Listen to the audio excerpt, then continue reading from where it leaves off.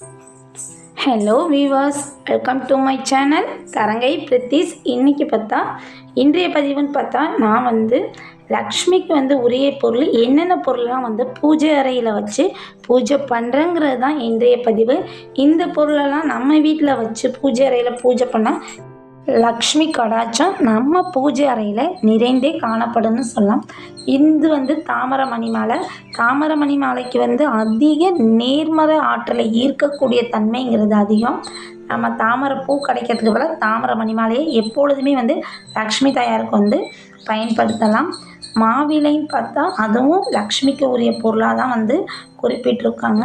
அதனால் நான் எப்போதுமே அந்த லக்ஷ்மி தாயார்கிட்டே அந்த மாவிலைலாம் அது ஒரு நல்ல ஒரு நறுமணத்தோடு இருக்கும். மாவிலை பூஜை அறையில் கோலமாவை பயன்படுத்தி நம்ம கோலம் போட வேணாம். பச்சரிசி பயன்படுத்தி பச்சரிசி பயன்படுத்தி கோலம் போடுறது கொஞ்சம் சிரமமாக தான் இருக்கும்.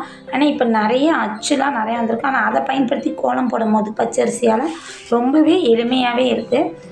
அப்படி இல்லைன்னா நம்ம மஞ்சளை கரைச்சி மஞ்சளாலும் போட்டாலும் நம்ம இப்போ போட்டுட்டு அடுத்த வாரம் சுத்தப்படுத்துகிற வரைக்கும் அந்த மஞ்சள்ங்கிறது போகவே போகாது. பார்க்கவும் நல்ல மங்களகரமாக இருக்க மாதிரி இருக்கும். அம்பிகைக்கு உரிய பொருள் மஞ்சள், குங்குமம், ஏலக்காய், சந்தனம் இதெல்லாம் நான் ஒரு கிண்ணத்தில் தனியாக வச்சு எப்போதுமே அவங்க பக்கத்துலேயே வச்சுருப்பேன். கோமதி சக்கரம், சோழி இந்த பொருளெல்லாம் நம்ம அப்படியே எப்போதுமே வாங்கி வச்சுட்டு அதுக்கு நம்ம எதுவுமே பண்ணாமல் இருக்கக்கூடாது. வெள்ளிக்கிழமையில் இந்த கோமதி சக்கரம், சோழி, சங்கு எல்லாத்துக்கும் நான் அபிஷேகம் பண்ணிடுவேன். அபிஷேகம் பண்ணால் மட்டும்தான் அதனுடைய பலன் நமக்கு கிடைக்கும். சும்மா வாங்கி வச்சுட்டு நம்ம பூஜை பண்ணால் அது ஒன்றுமே அதில் எதுவுமே இருக்காது. எந்த ஒரு பலனும் நமக்கு கிடைக்காது.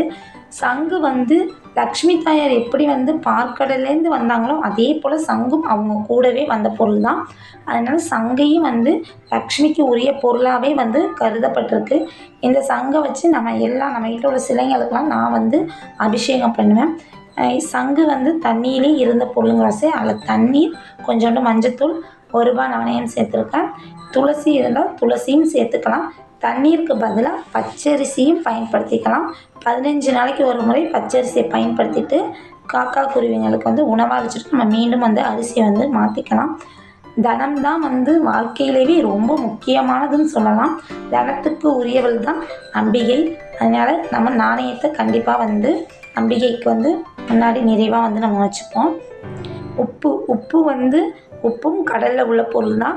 கடல்லேருந்து வந்தவாசி உப்பையும் லக்ஷ்மிக்கு உரிய பொருளாகவே நம்ம கருதுகிறோம். பணத்தை கூட கடனாக நம்ம கொடுத்துருவோம். ஆனால் உப்பை யாருக்குமே நம்ம கடனாக கொடுக்குறதே கிடையாது. உப்பு கொட்டி வைக்கும் போது பித்தளை பாத்திரம் இல்லை பாத்திரத்துலேயே எதுலேயும் கொட்டி வைக்காதீங்க. பித்தளையில் நான் கொட்டி வச்சா அந்த பாத்திரம் ஃபுல்லாக அந்த உப்பு அரிச்சு அப்படியே ஹோலாகிட்டு கண்ணாடி பவுலில், அதனால தான் நான் கண்ணாடி பவுலில் வச்சுருக்கேன். மேலே கண்ணாடி பவுலில் நல்லா நிரம்ப வைக்கணும். உப்பையும் தாயார் காலடியிலே நான் எப்போதுமே வச்சுருப்பேன். பூஜைக்குன்னு உரிய பொருள் கண்ணாடி. இது பூஜை ரூமுக்குன்னு வைக்கக்கூடிய பொருள்னு கேட்டால் எல்லா கடைகளிலுமே இப்போ கண்ணாடி, சின்ன கண்ணாடியே கிடைக்கிது. இந்த கண்ணாடியை நம்ம உப்பு, இந்த நாணயம் அது தெரிகிற மாதிரி நம்ம கண்ணாடியை வச்சுக்கலாம். ஏன்னா கண்ணாடியில் எந்த பொருள் படுதோ, தெரியுதோ, எதிரொலிக்குதோ அது நமக்கு இரட்டிப்பாக ஆகுங்கிறது ஐதீகமாக சொல்லியிருக்காங்க. அதனால தான் நான் நாணயத்தையும் மஞ்சள், குங்குமம் எல்லாமே கண்ணாடிக்கு தெரிகிற மாதிரியே வச்சுருக்கேன். இதனால தான் வாசப்படிக்கு நேராக கண்ணாடி மாட்டக்கூடாது. வீட்டுக்கு கெட்ட சக்தி வந்தால் கூட அதனுடைய பலன் கண்ணாடியில் பட்டு இரட்டிப்பாகும். அதனால தான் கண்ணாடி வீட்டு வாசல் மாட்டக்கூடாதுன்னு சொல்கிறது. பூவெல்லாம் வச்சு நம்ம தாயாரை நம்ம அலங்கரிச்சுக்கலாம். போகன்கிற ராஜாவிடம் பார்த்தா 8 அஷ்டலக்ஷ்மிகளுமே இருந்திருக்காங்க.